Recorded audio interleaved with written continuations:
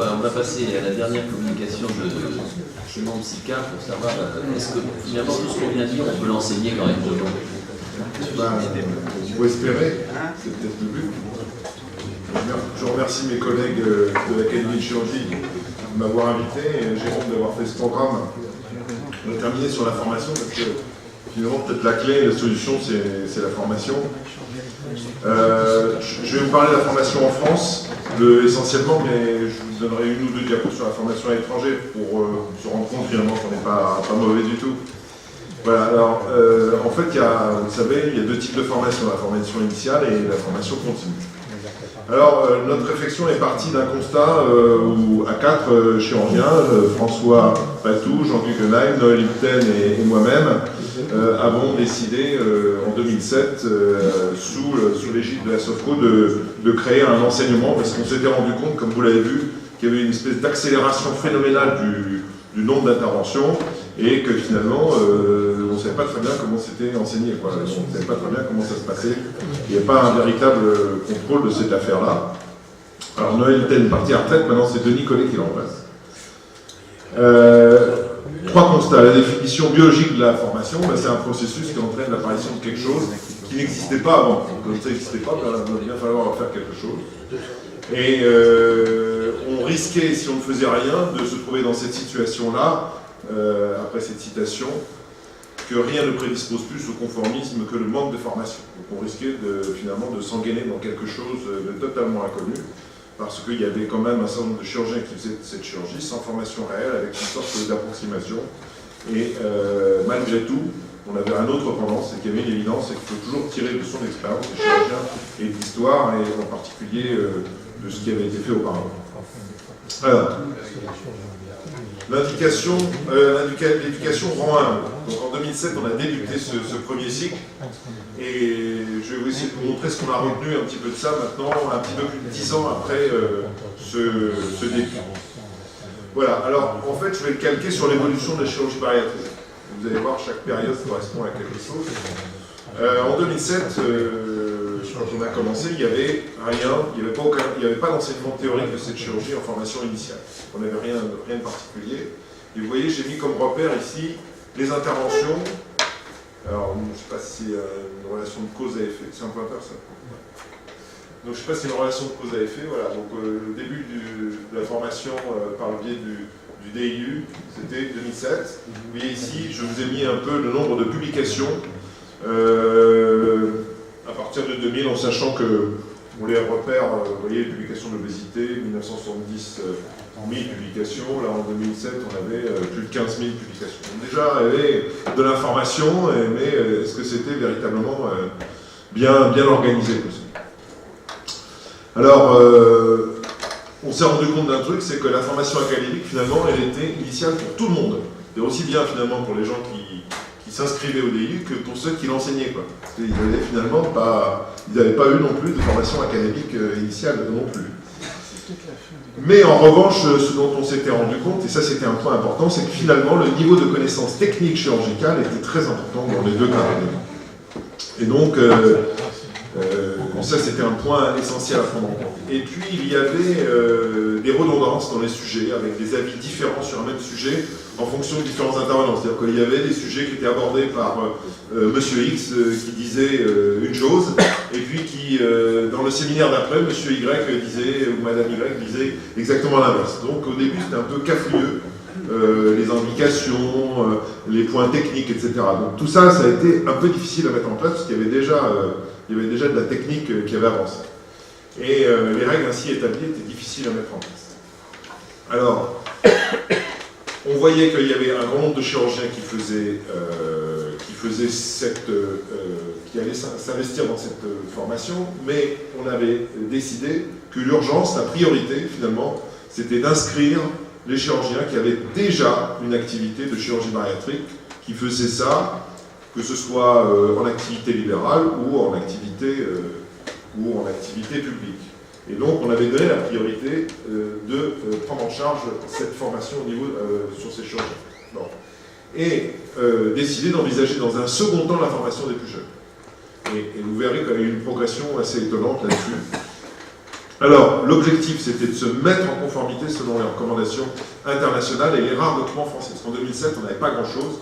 Je vous rappelle qu'en 2007, il n'y avait pas les recommandations d'HAS. Il y avait juste un petit truc qui avait été fait par l'ANS sur les risques de la technique de la chirurgie bariatrique. Donc on s'était basé sur les recommandations internationales. Et voilà, on avait l'évaluation de la chirurgie bariatrique. Je vous rappelle que les recommandations HAS ont été faites en 2009. Vous voyez, en 2007, on a commencé déjà petit à petit avec ce qu'on avait sous la main. Alors 2009, ben voilà, 2009, là, on commence à rentrer dans les choses intéressantes. Ben, vous voyez qu'en 2009, ben, voilà, si vous voyez le nombre de publications, ben, ça grimpe, le nombre d'interventions, ça grimpe, on a les recommandations, et on a inscrit sur la liste des axes ACAN la gastrectomie longitudinale, ça c'est la SLIP, donc le rapport de la HAS février 2008, et donc ce qui a été fait au cours donc 2 ans après le début, on avait fait au niveau de la formation un canevas général des cours très précis avec les règles de bonne pratique en s'adossant aux recommandations de la HAS. Et on avait même fait des sessions, d'ailleurs maintenant elles sont pérennisées, sessions sur les interventions restrictives dans lesquelles on avait intégré la SLIB, qu'on ne savait pas, d'ailleurs elle n'était pas codée, et donc on ne savait pas très bien. Et donc petit à petit ça s'est fait au fil de l'eau. 2010, la SLIB est enfin référencée, et on commence un peu à réfléchir sur la chirurgie métabolique. On voit les premières publications, là, je vous montre le nombre d'interventions qui ne cesse d'augmenter, le nombre de publications qui progresse, et donc là, de plus en plus, la nécessité d'une formation, en augmentant un petit peu les connaissances, puisque là, on a étayé la formation, de cours détaillés, plus importants, sur le diabète, sur les mécanismes physiopathologiques, les conséquences des montages chirurgicaux, les incrétines, toute la chirurgie du diabète, donc il y avait toute une session qui était, disons, dédiée à cela. Alors, en 2012 est arrivée donc la labellisation. Alors, vous voyez, donc là, boum, ça explose, là, littéralement, nombre de publications. 2012, labellisation des centres, c'est plus de 37, en plus des 37 centres spécialisés, reconnus par le ministère, la SOFCO avait identifié, grâce à une technique de labellisation qu'on avait fait sur Internet, et avec des sessions de reconnaissance, 150 centres chirurgicaux pour leur activité, plus de 30 interventions par an, respect des recommandations concernant le parcours, approche pluridisciplinaire, réunion de concertation pluridisciplinaire, intégration dans le réseau de soins, niveau de formation. Donc on avait fait quelque chose, un canevas là, assez formel, et ce qui avait été d'ailleurs initié dans la formation en 2012, donc 5 ans après le début, on avait décidé que l'obtention du DU faisait partie intégrante du cahier des charges de la labellisation. Voilà, donc en 2012, on commence à se rendre compte, je dis on commence à se rendre compte, parce que là maintenant ça devient évident, mais on a commencé à se rendre compte du problème du suivi. Et parce qu'on a été alerté par les professionnels dans les médias, par les associations d'obèses, par d'autres sociétés savantes, par les médecins, etc. Et ce qu'on a fait au niveau de la formation, c'est qu'on avait décidé, au fur et à mesure du temps, ça se fait comme ça, mais la dernière session qui est à Lille porte, la session de formation, du DU, porte essentiellement sur le suivi. Et chaque fois, cette session est abondée avec des intervenants extérieurs, des gens de la société civile, des associations, les pouvoirs publics, etc., qui interviennent et qui donnent à chaque fois un abondement supplémentaire dans la connaissance du suivi. Et cette session existe sous ce titre d'ailleurs depuis 2007. Alors 2015, c'est ce qui a un petit peu alerté les pouvoirs publics, c'est-à-dire l'explosion des interventions et des publications, bien sûr, parallèles, forcément. Alors, des publications dans le monde, mais aussi des nouvelles procédures non validées. Alors, quelles sont ces nouvelles procédures? C'est le gastric bypass en oméga, 10 mini bypass, qui a fait couler beaucoup d'encre et qui a, au final, grâce à cela et grâce à un alerte sur, à partir du DIU, de cette procédure encore non validée, que ce soit d'ailleurs aussi pour le CED ou l'applicature, d'entraîner une réunion avec les pouvoirs publics dont Jérôme a parlé d'abord.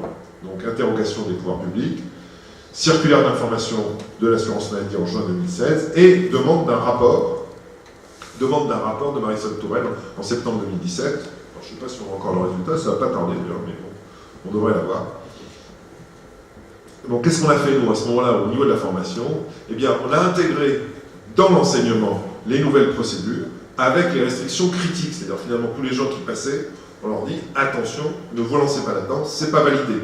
on vous explique comment ça marche, on vous explique ce qui est fait, la façon dont c'est fait, par les gens qui le font, et qui le font de façon tout à fait restreinte, mais avec des messages critiques, parce qu'on s'était rendu compte, via les caisses nationales d'assurance maladie, que par endroits en France, on faisait ces techniques qui n'étaient pas validées, sans rien comme ça, sans filer si je puis dire. Et cela, on l'a appuyé sur des études expérimentales faites par des jeunes chirurgiens qui ont travaillé, qui ont fait leur R2 sur l'évaluation, en particulier du mini-bypass chez l'animal, avec des résultats tout à fait intéressants en termes de risque de dénutrition. Et donc ça, on l'a étayé dans la formation, et je pense que ça permettait d'amener un message. Donc là, je vous montre ici la demande du rapport demandé par Mme Touraine. Suivi des cohortes, bon, on va peut-être y être ces quatre, j'espère. Pertinence et validité des indications, donc finalement c'est ce que la ministre actuelle essaye d'obtenir, c'est-à-dire pertinence et validité des indications, suivi proposé aux patients et mesures mises en place, mode de tarification de la chirurgie et conformité des pratiques. Bon, ça, bien sûr, c'est ce qui est attendu. Voilà. Alors 2016, je vous ai mis cette diapositive pour vous montrer qu'il y a quelque chose qui se passe. Il y a moins de publications. Réfléchissons. Un peu de chiffres. Alors, voilà, je vous ai donné les chiffres de cet enseignement. On a inscrit un peu plus de 400 chirurgiens depuis le début, sur une moyenne de 80 par cycle de 2 ans. Le taux de réussite a oscillé entre 70 et 85%. Donc, qui s'inscrivait là? Vous voyez, des chirurgiens installés, libéraux, CHG, CHU, des chefs de clinique, des internes, des chirurgiens étrangers francophones, et aussi des médecins nutritionnistes et endocrinologues. Et vous voyez que la proportion de mode d'inscription entre formation initiale et formation continue a évolué, puisque, eh bien, en formation continue, maintenant, on a pratiquement 50-50, alors qu'au début, on avait des gens que en formation initiale. Et maintenant, on a des gens en formation continue, c'est-à-dire finalement les plus jeunes. Au début, on se demandait finalement si ce n'était pas que des chirurgiens d'un certain âge, on va dire d'une tranche d'âge, qui allaient faire cette chirurgie. Parce qu'au début, on voyait que les jeunes ne s'intéressaient pas du tout à cette chirurgie, pas du tout. Puis tout d'un coup, et ça a été visible à partir de l'inscription, on s'est dit, mais là, il y a un changement qui se passe. Et vous voyez que là, maintenant, pour la dernière fournée en date 2015-2017, il y a 50-50. C'est-à-dire qu'il y a autant de gens qui s'inscrivent en formation initiale qu'en formation continue, c'est-à-dire des plus jeunes. Et ça, c'est un point important. Voilà, alors sommes-nous seuls dans l'espace de la formation? En formation initiale, les universités françaises, je peux dire, parce que ça aussi c'est un problème. Alors pour l'instant, dans le DIU, il y a ça, mais c'est de la formation post-universitaire, donc c'est le 3e cycle. Donc l'université française, avec un S d'ailleurs, n'ont pas encore prévu cet enseignement au cours des études médicales du 1er ou du 2e cycle, en tout cas pas dans le cadre de licence-master. Alors c'est vrai que de temps en temps, dans les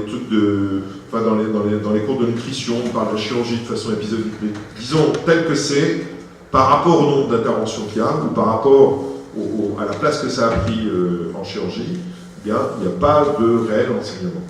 Alors pourquoi? Bon, on peut se poser la question. Alors formation à l'étranger, eh bien, il y a certaines universités américaines qui ont mis en place des enseignements, bien sûr, mais en fait, ce sont surtout les sociétés savantes qui organisent ça. C'est la formation continue, donc ça c'est la société américaine, ça c'est la société internationale, mais plutôt européenne. Et dans le monde, en particulier à l'étranger, aux États-Unis, c'est l'industrie, mais en France aussi, à un moment donné, c'était l'industrie qui assurait cette formation. C'est-à-dire qu'elle amenait des chirurgiens pour faire visiter les centres où on faisait beaucoup de ce type d'intervention. Ça se fait encore, mais je dois dire que le DIU a un peu pris, on va dire, la suite de cela. Alors, qu'en est-il de la formation continue? Je vais terminer là-dessus. C'est l'ancêtre de la formation en chirurgie bariatrique, hein, donc il faut voir comment c'était. C'était des workshops, des démonstrations opératoires, des centres de visite, etc. Ça l'est encore, mais ce n'est pas tout à fait l'essentiel. Maintenant, c'est le DPC, développement professionnel continu. Alors, la SOFCO organise son propre DPC. La FCBD, c'est-à-dire la Fédération de chirurgie viscérale et digestive, organise et l'organisme d'accréditation. Et donc, depuis 2017, elle a mis en œuvre, la SOFCO, en collaboration avec la FCBD, un programme de DPC destiné aux médecins généralistes. Et ça, c'est un point important, parce qu'on a tous soulevé que finalement, il y a un suivi par les médecins généralistes, mais il y a un défaut de connaissance. Eh bien, le programme de DPC organisé par la SOFCO est destiné aux médecins généralistes. Alors il y a d'autres programmes, et puis il y a la journée nationale de la FCVD, qui est la dernière en 2017, qui a parlé des gestions des risques en chirurgie bariatrique et des complications. Voilà. Alors qu'est-ce qu'il y a comme autre formation en France? Je finis là-dessus. Il y a le e-learning. Alors notre collègue David Noka a organisé un diplôme universitaire en e-learning. Et c'est très bien. Alors je ne sais pas où il en est de ces inscriptions, mais on fera le point prochainement ensemble, mais ça me paraît être une initiative qui est excellente. Et là, il y a eu un diplôme de médecine de l'obésité qui s'est créé. Patrick Ritz à Toulouse qui a mis en place cela, avec des webconférences, qui est fait à distance, et qui a aussi une évolution assez intéressante. Voilà, donc en conclusion, cette formation, je veux dire qu'elle a été entreprise, à mon sens, très tôt. Je ne sais pas si c'est très tôt ou très tard, mais pour nous c'est très tôt au final par rapport à l'évolution de la chirurgie bariatrique. C'est une formation théorique, mais dont l'objectif c'est de couvrir le plus grand nombre de chirurgiens avec des améliorations, donc la formation continue, l'éducation thérapeutique et l'intégration de l'enseignement de l'étude médicale, le e-learning. Il faut maintenant attendre une reconnaissance du diplôme par le Conseil de l'Ordre et par l'HAS. C'est la dernière étape. Je vous remercie. En conclusion, on a quelques questions. Juste une question. Vous avez, je pense que c'est pas utile, mais comment vous êtes passé dans la réforme du 3e cycle? Vous avez réfléchi à un moment. La chirurgie digestive reste totalement homogène. Vous avez essayé de poser une question peut-être naïve. Est-ce qu'il y a eu des FST, notamment les transplanteurs sont mis d'un côté? Vous êtes le qualifié. Vous n'avez rien fait de juste la discussion pour la zéro comme tout le monde, je pense. Disons que pour le CNU de chirurgie digestive a déjà établi en quelque sorte des différenciations des sous-spécialités dans lesquelles il y a la chirurgie bariatrique qui est individualisée dans la chirurgie sus-mésocolique. Parce que tu as une notion en France, à la fois en libéral et en universitaire, des gens qui ne feraient que de la chirurgie bariatrique, de plus en plus, ou pas? Non, il n'y en a pas.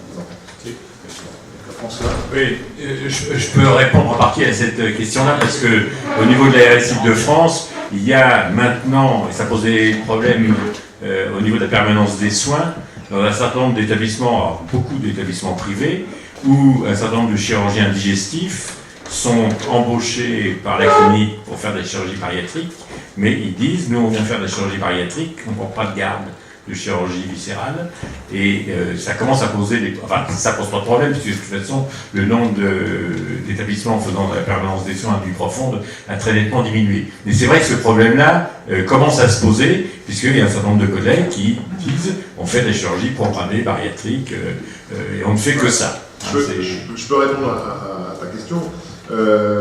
C'est d'ailleurs, pour revenir à la labellisation, c'est un point de la labellisation des centres, c'est de dire qu'il faut qu'il y ait au moins 2 chirurgiens qui soient compétents en chirurgie bariatrique dans le centre. Parce que s'il est seul, c'est le BINS. Voilà. C'est d'ailleurs la difficulté pour la chirurgie digestive de savoir pour la couverture globale et inversement pour la labellisation des centres experts en telle chose. On a pris cette option-là en disant que moi c'était une protection. Mais à l'intérieur de certains centres, il y en a quand même qui s'arrangent un petit peu parce que quand même il y a de plus en plus de centres libéraux où on fait de la chirurgie bariatrique. Ah oui, donc probablement ils s'arrangent entre eux. Mais enfin, par sécurité, on avait dit qu'il fallait avoir au moins 2 chirurgiens qui fassent de la chirurgie bariatrique dans le même centre pour être tranquille. Une question que je voulais te poser, c'est est-ce que tu sais le pourcentage dans ceux qui se sont inscrits au DU depuis le début, le pourcentage des chirurgiens qui étaient des anciens internes, anciens chefs de clinique, et le pourcentage des chirurgiens à diplôme extra-européen?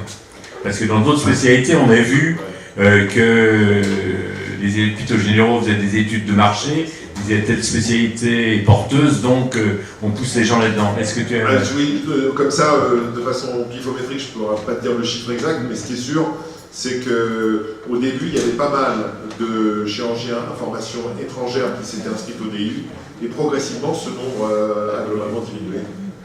Parce que c'était l'évolution de la chirurgie bariatrique. Oui. On avait peut-être au début, on avait peut-être, je dirais 30 ou 40% de chirurgiens étrangers, et maintenant c'est moins de 10%. Beaucoup moins de 10%. Je crois qu'il faut qu'on conclue. Avant de donner la parole, faire un petit commentaire. Parce que là, j'ai l'impression qu'on méprise totalement la chirurgie libérale bariatrique.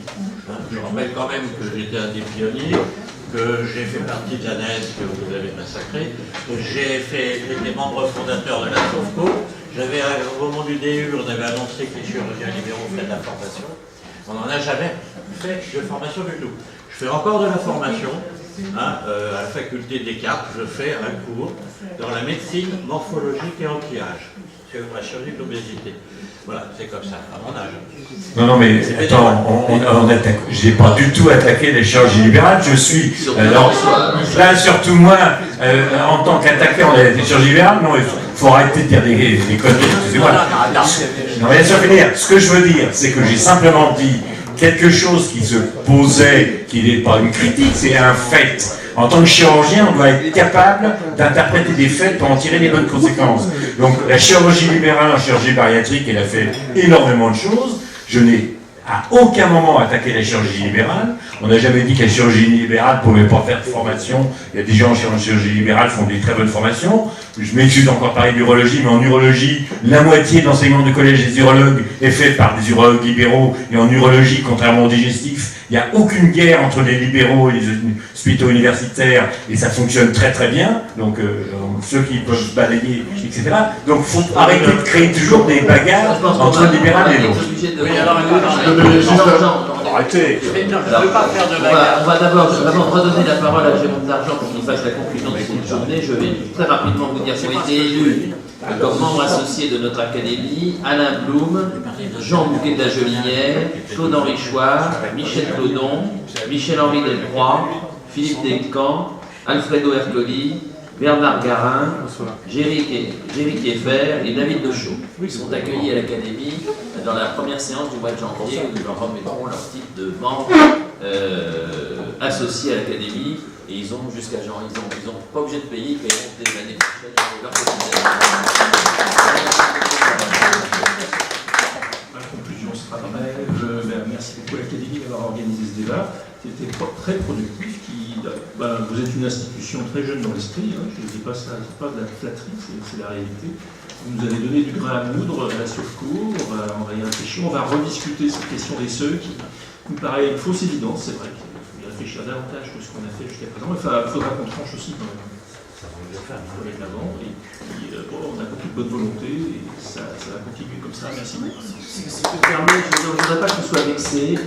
Non, je vais te dire pourquoi. Parce que, en principe, si vous en êtes d'accord, on aime bien faire nous un petit communication. On va plutôt le faire aujourd'hui sur l'obésité des enfants, si ça vous ennuie pas, des adolescents, parce que je crois qu'ils ont un vrai message à dire que c'est différent d'adultes.